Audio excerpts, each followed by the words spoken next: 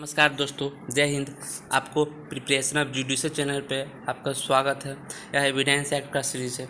इस सीरीज का यह सेकेंड सेशन है। सेकेंड सेशन में आपको सेक्शन 5 to 55 तक कवर करा जाएगा। उसे इम्पोर्टेंट MCQ से पूछा जाएगा और बताया जाएगा।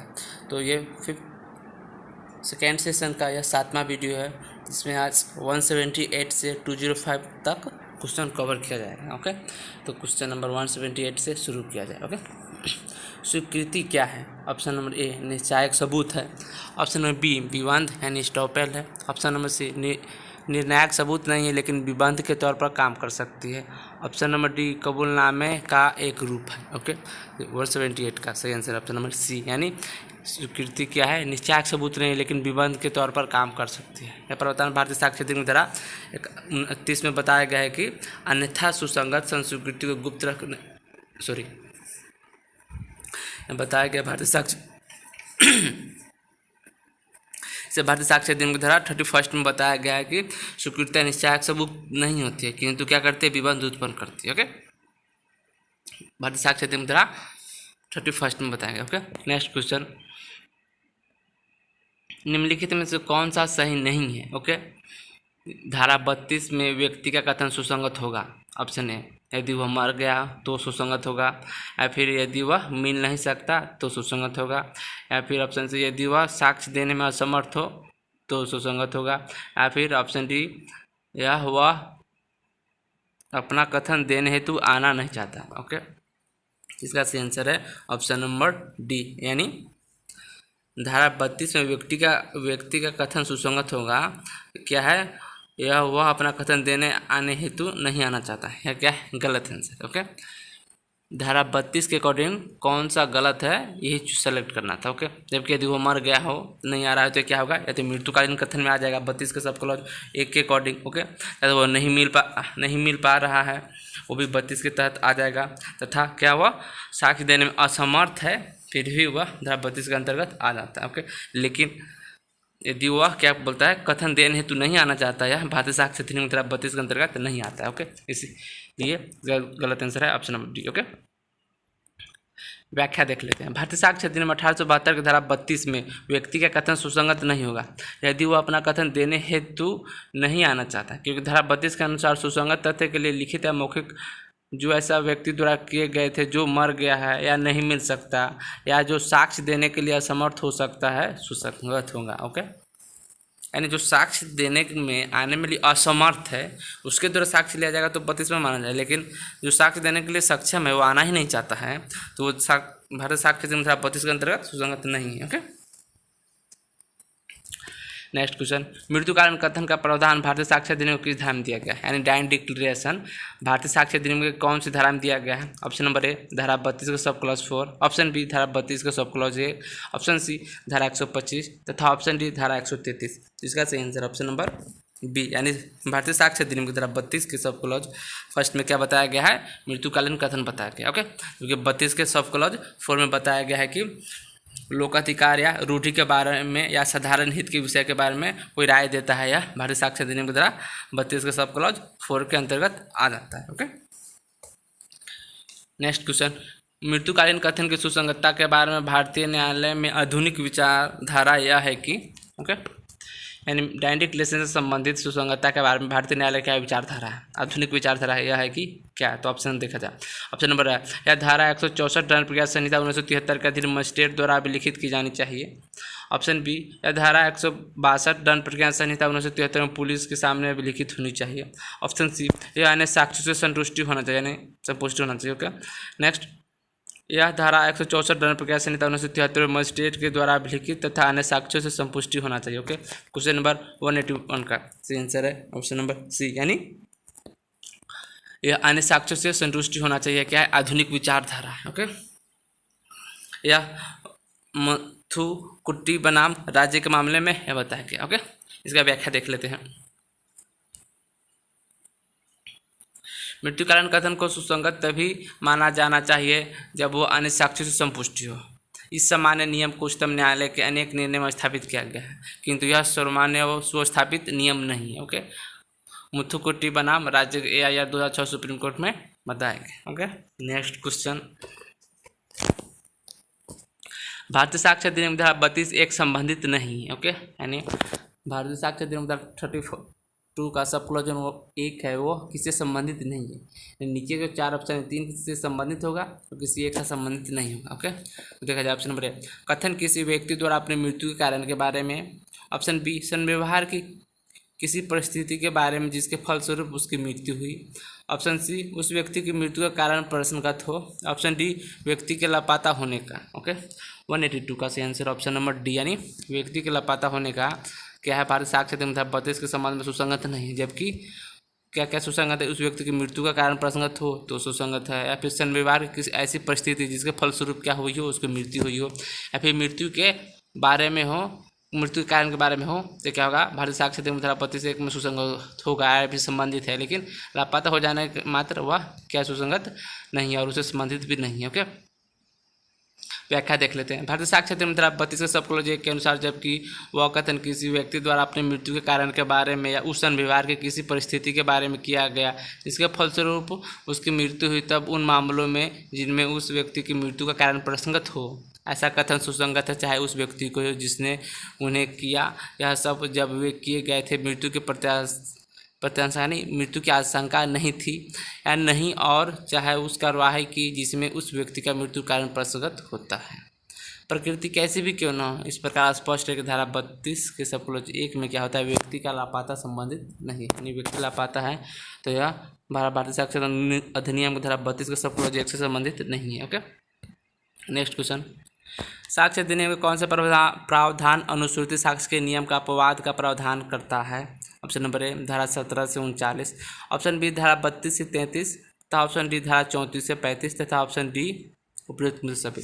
183 का सही आंसर ऑप्शन नंबर बी, यानी धारा 32 से 33 तक में क्या करता है, अनुश्रुति साक्ष्य के नियम का अपवाद का प्रावधान करता है। ओके, भारतीय साक्ष्य अधिनियम की धारा 32 एवं 33 अनुश्रुत साक्ष्य के नियम का अपवाद है। इन दोनों धाराओं के अंतर्गत उन व्यक्तियों के कथन संबंधी प्रावधान है जिन्हें साक्ष्य में बुलाया नहीं जा सकता। ओके, धारा 32 के अंतर्गत निम्नलिखित व्यक्तियों के कथन सुसंगत माने गए, जो कि मर गया, मिल नहीं सकता, साक्ष्य देने में असमर्थ है, या जिनकी उपस्थिति अत्यंत व्यकारी है, यानी अत्यंत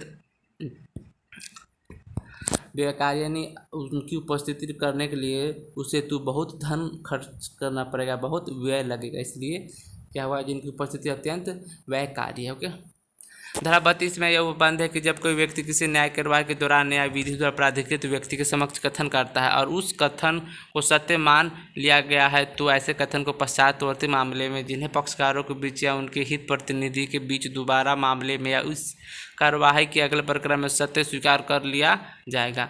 यदि व्यक्ति मर गया हो, उपलब्ध नहीं हो सकता अथवा साक्ष्य देने में असमर्थ है, या यदि वह विधि विरोध या वह विरोधी पक्षकार द्वारा रोक दिया गया हो, या उसकी उपस्थिति अत्यंत व्ययकारी हो, यानी उसकी उपस्थिति करने में बहुत खर्चा लगेगा। ओके, नेक्स्ट क्वेश्चन 184, अनुश्रुति साक्ष्य नहीं है, निम्नलिखित में से कौन साक्ष्य के उपरोक्त नियम का अपवाद है। ओके, ऑप्शन ए, धारा 14, ऑप्शन बी, धारा 27, ऑप्शन सी, धारा 32 तथा ऑप्शन डी, धारा 23।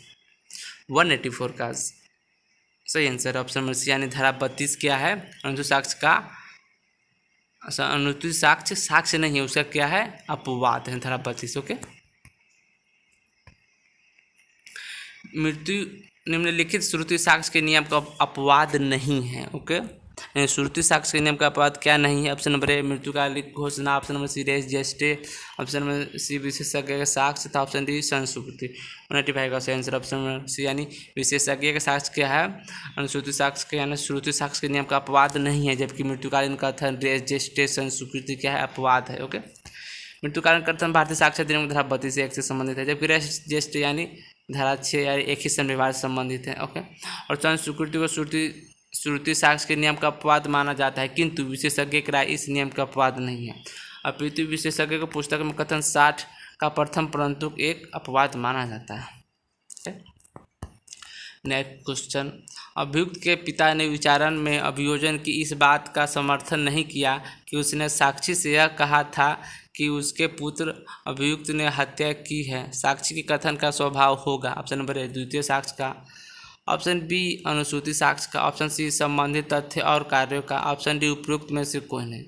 186 का सही आंसर है ऑप्शन नंबर बी, यानी यह क्या है, अनुश्रुति साक्ष्य का। ओके, कैसा स्वभाव इसका, अनुश्रुति साक्ष्य का स्वभाव है। ओके, इसका व्याख्या देख लिया जाए। जबकि अभियुक्त के पिता ने विचारण में इस बात का समर्थन नहीं किया कि उसने साक्षी से यह कहा था कि उसके पुत्र यानी अभियुक्त ने क्या किया, हत्या की, तो साक्षी द्वारा किया गया कथन अनुश्रुति साक्ष्य होगा। ओके, अनुश्रुति साक्ष्य यानी सुनो सुनाए साक्ष्य।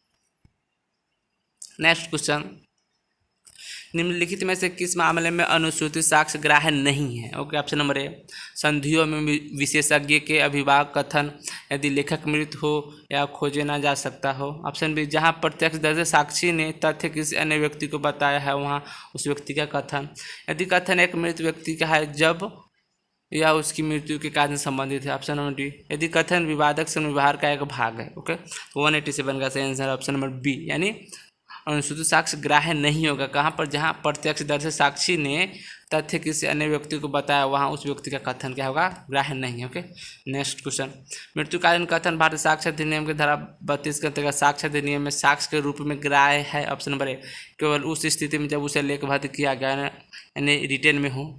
ऑप्शन बी, उस स्थिति में जब वह पुलिस अधिकारी से किया गया हो। ऑप्शन सी, केवल तब जबकि वह मजिस्ट्रेट से किया गया। ऑप्शन डी, केवल तब जबकि वह मजिस्ट्रेट के साक्षात उपस्थिति में किया गया है। ओके, 188 का सही आंसर है ऑप्शन नंबर ए, यानी केवल उस स्थिति में जबकि उसे लेखबद्ध किया गया हो। ओके, इसका व्याख्या देख लेते हैं।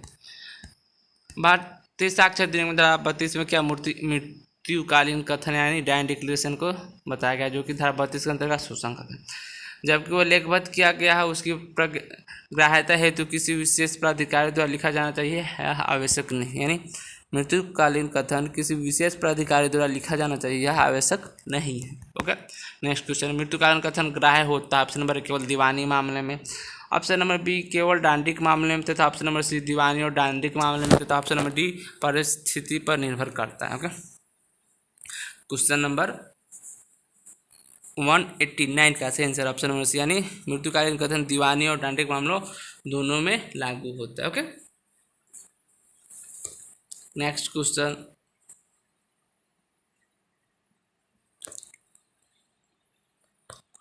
भारतीय साक्ष्य अधिनियम धारा 32 सब का एक के अधीन मृत्युकालीन कथन दीवानी और डांडिक दोनों मामले में ग्राह्य है।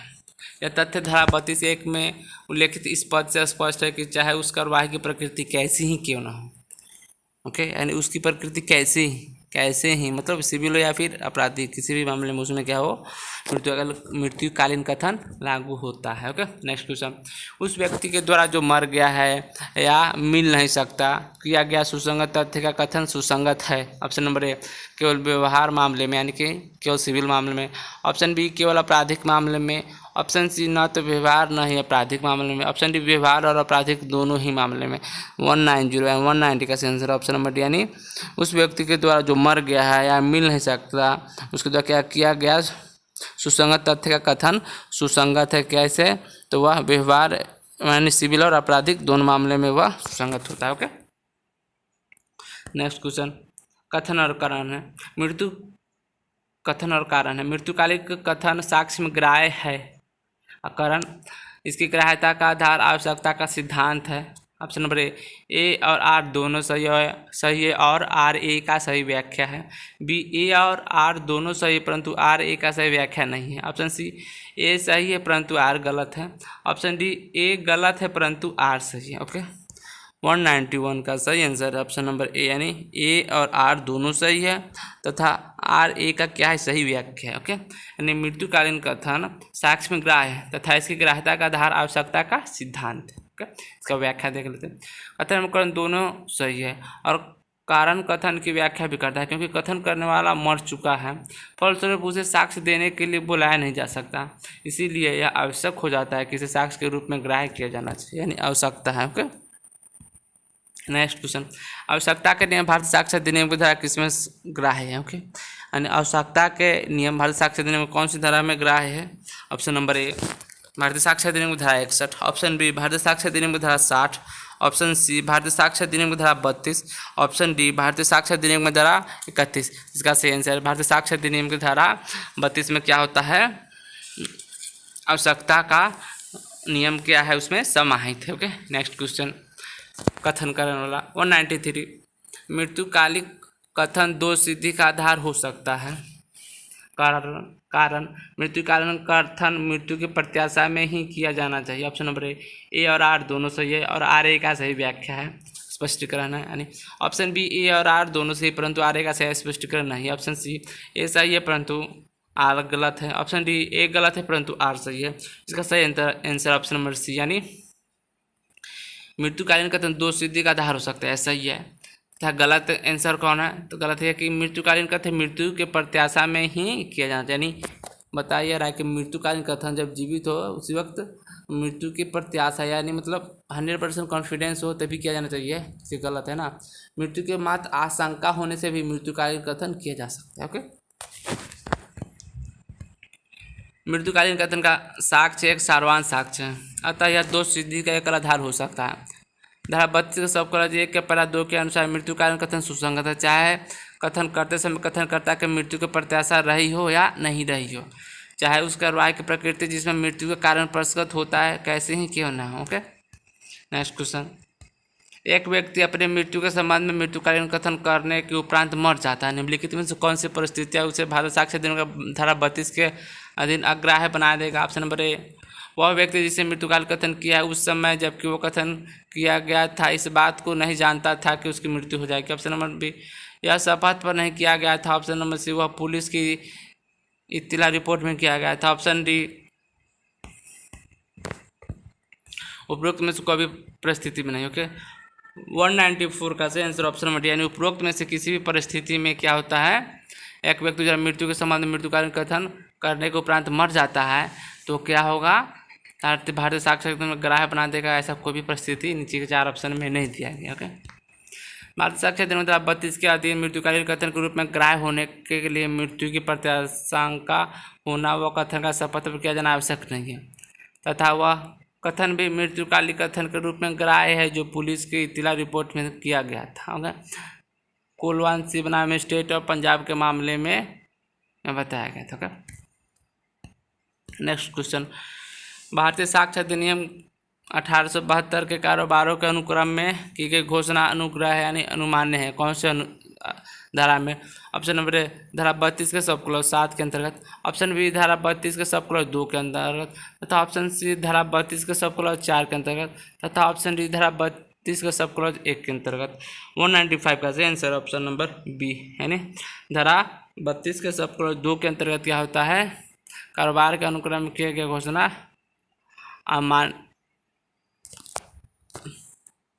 अनुमान्य है। ओके, यानी ग्रहण योग्य है, गृह है। ओके, नेक्स्ट व्याख्या इसके देख लो। भारतीय साक्ष्य अधिनियम की धारा 32 के सब 2 के अंतर्गत कारोबार के अनुक्रम की गई घोषणा अनुग्रह अनुमान्य। ओके, 32 के सब 2 ओके, उसके तहत क्या होता है, कारोबार के अनुक्रम में भी जो बताया गया है भारतीय साक्ष्य अधिनियम धारा 16 में भी बताया गया। भारतीय साक्ष्य अधिनियम 32 के सब 2 के साथ आप धारा 16 को भी पढ़ सकते हैं। Okay, next question.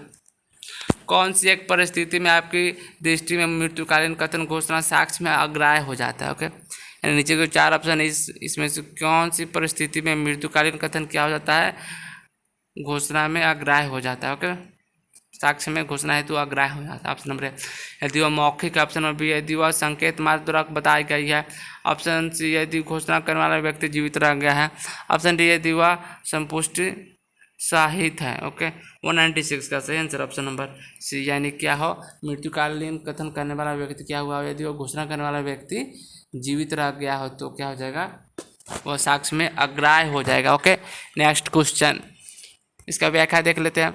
यदि घोषणा करने वाला व्यक्ति जीवित रह गया है तो वह घोषणा भारतीय साक्ष्य अधिनियम 32 के 1 के अधीन मृत्युकालीन कथन के रूप में अग्राह्य है एवं घोषणाकर्ता के न्यायालय में सामान्य साक्ष्य की तरह परीक्षण होगा। उसके न्यायालय में दिए गए साक्ष्य तथा उसकी पूर्ववर्ती घोषणा के मध्य तुलना कर उसके साक्ष्य को संपुष्टि अथवा खंडन के लिए भारतीय साक्ष्य अधिनियम 1872 के धारा 157, 158 तथा 145 के तहत प्रयोग किया जाएगा। Okay, next question 197। किसी घायल व्यक्ति का कथन मृत्युकालीन कथन के रूप में अभिलिखित किया जाता है परंतु यदि वह जीवित रह जाता है तो भारतीय साक्ष्य अधिनियम के किस उपबंध के अंतर्गत उक्त कथन ग्राह्य होगा। ओके, ऑप्शन नंबर ए धारा 32 का सब कॉलेज, ऑप्शन नंबर बी धारा 85, ऑप्शन नंबर सी धारा 144 तथा ऑप्शन नंबर डी धारा 157। ओके, 197 का सही आंसर ऑप्शन नंबर डी, यानी धारा 197 के तहत क्या होगा, वह कथन ग्राह्य है। ओके, नेक्स्ट क्वेश्चन, मृत्युकालीन कथन बिना संपुष्टि के मृत्युकालीन कथन धारा 198 ऑप्शन कथन करने वाला। ओके, इसको कोट मिलाना है। 198 का पहला क्या है, बिना संपुष्टि के दो सिद्धि का एकमात्र आधार नहीं हो सकता। ऑप्शन नंबर बी एक कमजोर साक्ष्य, मूल मृत्युकालीन कथन क्या है, कमजोर साक्ष्य है। और तीसरा, किसी मृत्युकालीन कथन किसी भी अन्य व्यक्ति अन्य साक्ष्य के समकक्ष है, कैसा ही है। या फिर किसी विश्वसनीयता के लिए गहन समीक्षा की आवश्यकता है मृत्युकालीन कथन में। ओके, 198 का सही आंसर है ऑप्शन नंबर सी, यानी 3 और 4 से, यानी किसी भी अन्य साक्ष्य के समकक्ष है। ओके, तथा क्या है, किसी विश्वसनीयता के लिए गहन समीक्षा की आवश्यकता है। ओके, इसका सही आंसर होगा 3 और 4। ओके, नेक्स्ट क्वेश्चन, इसका व्याख्या देख लेते हैं। रामनाथ माधव बनाम स्टेट ऑफ मध्य प्रदेश के बाद में सुप्रीम कोर्ट ने निर्धारित किया कि मृत्युकालीन कथन की कोई दुर्बल साक्ष्य नहीं है यदि वो विश्वसनीयता तारतम्यपूर्ण अथवा अंतर्विधि मुक्त हो, तो वह दो सिद्धि का एकल आधार हो सकता है। ओके, नेक्स्ट क्वेश्चन, उसकी हत्या के लगभग 6 माह पूर्व मृतक ने पुलिस अधीक्षक जबलपुर को पत्र लिखा था, जिसमें उसने संरक्षण देने के लिए यह भी कथन करते हुए आग्रह किया कि उसको कॉक से क्षति की आशंका थी, वह अपने जीवन के भय में था।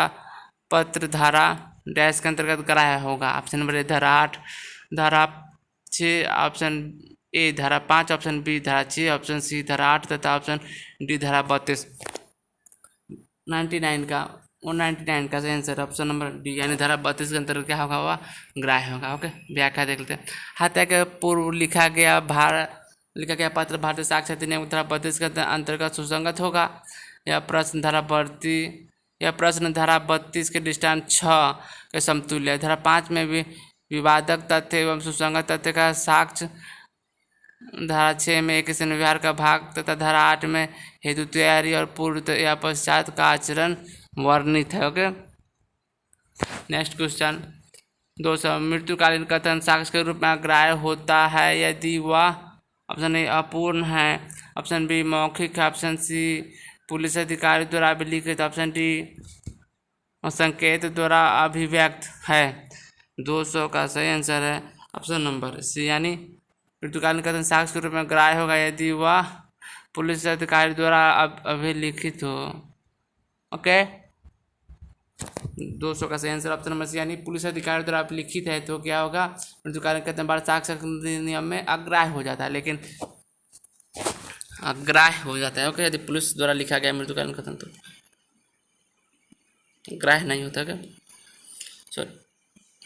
सॉरी 200 का सही आंसर है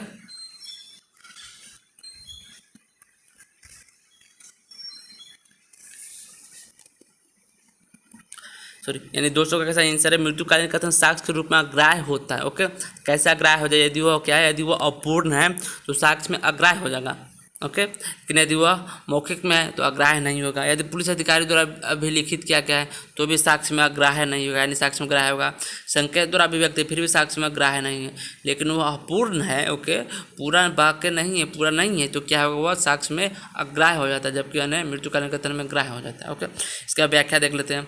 मृत्युकालीन कथन के अपूर्णता के संबंध में वाफ बनाम आर 1950 SC सुप्रीम कोर्ट के बाद में गोली का शिकार हुए व्यक्ति पुलिस को कुछ बता रहा था। बात अधूरी ही थी कि वह बेहोश हो गया और फिर कभी होश में नहीं आया। इस बात में न्यायाधीश ऑक्सन ने निर्धारित किया कि यह मृत्युकालीन कथन अग्राह्य था क्योंकि वह स्पष्ट रूप से अपूर्ण था। ओके, नेक्स्ट क्वेश्चन 201, भारतीय साक्ष्य अधिनियम के अंतर्गत मृत्युकालीन कथन ग्राह्य नहीं है यदि ऑप्शन नंबर ए वह मृत्यु के कारण से संबंधित है, ऑप्शन बी वह मृत्यु के किसी व्यवहार से संबंधित, ऑप्शन सी न्यायालय के राय में कथनकर्ता सक्षम नहीं है, तो ऑप्शन डी उपरोक्त में से कोई नहीं। 201 का सही आंसर ऑप्शन नंबर सी, यानी भारतीय साक्ष्य अधिनियम के अंतर्गत मृत्युकालीन कथन ग्राह्य नहीं होगा यदि वह न्यायालय के राय में कथनकर्ता सक्षम नहीं है। तो क्या होगा, वह ग्राह्य नहीं होगा। ओके, भारतीय साक्ष्य अधिनियम के धारा 32 सब 1 में मृत्युकालीन कथन के संबंध में प्रावधान किए गए हैं। मृत्युकालीन कथन के ग्राह्य होने के लिए ग्राह्य होने के लिए निम्नलिखित शर्तें। ओके, मृत्युकालीन कथन के ग्राह्य होने के लिए क्या है, निम्नलिखित आवश्यक शर्त। ऑप्शन नंबर 1, कथन किसी व्यक्ति द्वारा अपने मृत्यु के कारण के बारे में होना चाहिए। तथा क्या हो, दूसरा, कथन उस व्यवहार में किसी परिस्थिति के बारे में किया गया जिसके फलस्वरूप उसकी मृत्यु हुई। ओके, धारा 321 में न्यायालय की राय में कथनकर्ता के समक्षता का उल्लेख नहीं है। ओके, अतः इसका आंसर ऑप्शन नंबर सी है। ओके, नेक्स्ट क्वेश्चन 202, भारतीय साक्ष्य अधिनियम 1832 धारा 32 के अंतर्गत एक व्यक्ति का कथन जो मर चुका है सुसंगत है यदि वह किसी अन्य व्यक्ति की मृत्यु के कारण संबंधित हो। ऑप्शन नंबर बी, यदि वह स्वयं के मृत्यु के कारण या स्वयं के मृत्यु के कारण। ओके, फिर से ऑप्शन इसका देख लेते हैं। ओके, यदि वह किसी अन्य व्यक्ति की मृत्यु कारण संबंध में हो, या फिर क्या हो, यदि वह स्वयं की मृत्यु या किसी अन्य व्यक्ति की मृत्यु के कारण के संबंध में हो, या फिर यदि वह स्वयं की मृत्यु कारण संबंध में हो। ऑप्शन डी उपरोक्त में से कोई नहीं। 202 का सही आंसर ऑप्शन नंबर सी, यानी भारतीय साक्ष्य अधिनियम धारा 32 के अंतर्गत ऐसा व्यक्ति का कथन जो मर चुका है क्या होगा, सुसंगत होगा। कैसे, यदि वह स्वयं की मृत्यु कारण के संबंध में तभी वह सुसंगत होगा। ओके, नेक्स्ट क्वेश्चन, निम्नलिखित में से कौन सा घोषणा मृत्युकालिक घोषणा है। निम्नलिखित में कौन सा वाद जो है, नीचे के जो 4 वाद दिए गया है इसमें से कौन सा वाद जो मृत्युकालीन कथन से संबंधित नहीं है। ओके, तो 3 अन्य वाद कौन सा जो मृत्युकालीन कथन से संबंधित है। ओके, ऑप्शन नंबर ए, रतन गौंडा बनाम बिहार राज्य। ऑप्शन बी, पानी बैन बनाम गुजरात राज्य। ऑप्शन सी, सीताराम बनाम उत्तर प्रदेश राज्य। ऑप्शन डी, कौशल राव बनाम महाराष्ट्र राज्य। तो 203 का सही आंसर ऑप्शन नंबर सी, यानी सीताराम बनाम उत्तर प्रदेश राज्य का कौन सा वाद है जो क्या मृत्युकालीन कथन से मृत्युकालीन कथन से क्या है, संबंधित नहीं है। कौन संबंधित नहीं है, सीताराम बनाम उत्तर प्रदेश राज्य। जबकि कौन कौन संबंधित है, तो कौशल राव बनाम महाराष्ट्र राज्य क्या मृत्युकालीन कथन मृत्युकालीन घोषणा से संबंधित है। पानी बनाम गुजरात राज्य संबंधित है। ओके, द रतन गौंडा बनाम बिहार राज्य भी मृत्युकालीन कथन से संबंधित है। जबकि कौन संबंधित है, सीताराम बनाम उत्तर प्रदेश राज्य मृत्युकालीन कथन से संबंधित नहीं है। ओके, व्याख्या, सीताराम बनाम उत्तर प्रदेश का मामला पुलिस का उपस्थिति में स्वीकृति संबंधित है, जबकि शेष तीनों वाद मृत्युकालीन कथन से संबंधित हैं। ओके, नेक्स्ट अनुसार, कौशल राव बनाम उत्तर प्रदेश, कौशल राव बनाम बम्बई राज्य IR 2 1985 सुप्रीम कोर्ट। ओके, 204 एक बार फिर से, कौशल राव बनाम बम्बई राज्य का जो मामला है 1950 का जो सुप्रीम कोर्ट का वाद है, इसमें क्या हुआ, साक्ष्य विधि के किस विषय से संबंधित है। ओके, एक केस। ऑप्शन नंबर ए, संस्वीकृति। ऑप्शन बी, स्वीकृति। ऑप्शन नंबर सी, मृत्युकालीन कथन से। तो ऑप्शन डी, विबंध से। 204 का सही आंसर ऑप्शन सी, यानी मृत्युकालीन कथन से कौन सा बात संबंधित है, कौशल राव बनाम बम्बई राज्य का मामला किससे संबंधित है, तो संस्कृति 204 का किससे संबंधित है, मृत्युकालीन कथन से संबंधित। हो क्या, कौशल राव बनाम बम्बई राज्य आय 1950 से सुप्रीम कोर्ट का बाद साक्ष्य विधि के मृत्युकालीन कथन से संबंधित है। ओके, नेक्स्ट क्वेश्चन, मृत्युकालिक घोषणा का प्रारूप है।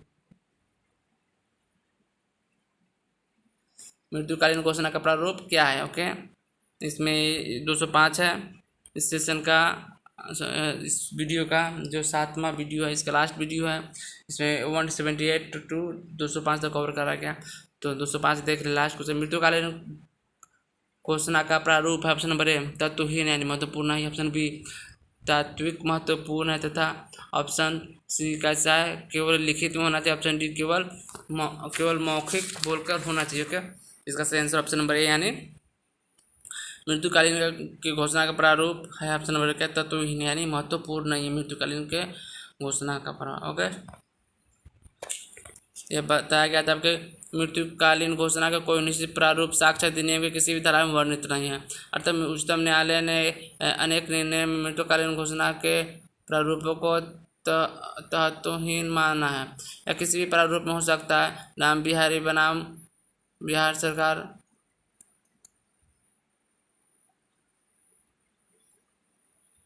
Thanks for watching. ओके, यदि आपको मेरे तरफ बनाया गया वीडियो पसंद आता है तो ज़्यादा से ज़्यादा देखें। Thank you.